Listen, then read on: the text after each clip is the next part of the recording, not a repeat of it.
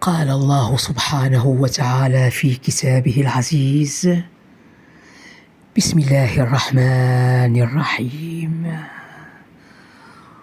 وبشر الصابرين الذين إذا أصابتهم مصيبة قالوا إنا لله وإنا إليه راجعون. صدق الله العظيم الكريم.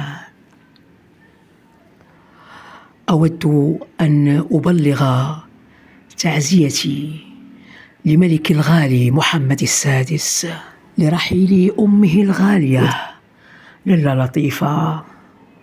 أقول له: رحم الله أمكم الغالية وغفر لها جميع الذنوب وجعل قبرها روضة من الرياض الجنة وأسكنها فسيح جناته العظيمة.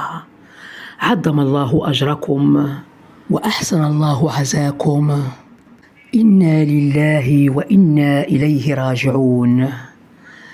اصبر يا غالي على فراق أعز الأحباب، فهي لم ترحل إلا لتستقر في دار أفضل لا تموت بها ولا تظلم. فهل يخشى إنسان أن يكون أمره بين يدي الخالق الرحمن الرحيم؟ نسأل الله أن يتغمدها برحمته الواسعة ويجعل خير عملها شفيعا لها.